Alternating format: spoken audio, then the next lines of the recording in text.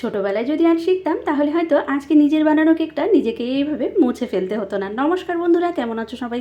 আশা করি সবাই অনেক অনেক ভালো আছো। তো বন্ধুরা, আজকের এই কেকটা কিন্তু একটা 1 ইয়ার বেবির জন্য তার মা অর্ডার করেছিল রাত্রি 12টায় সেলিব্রেট করবে বলে। তার শুধুমাত্র একটাই আবদার ছিল, কেকের উপরে করতে হবে একটা কার্টুনের চরিত্র।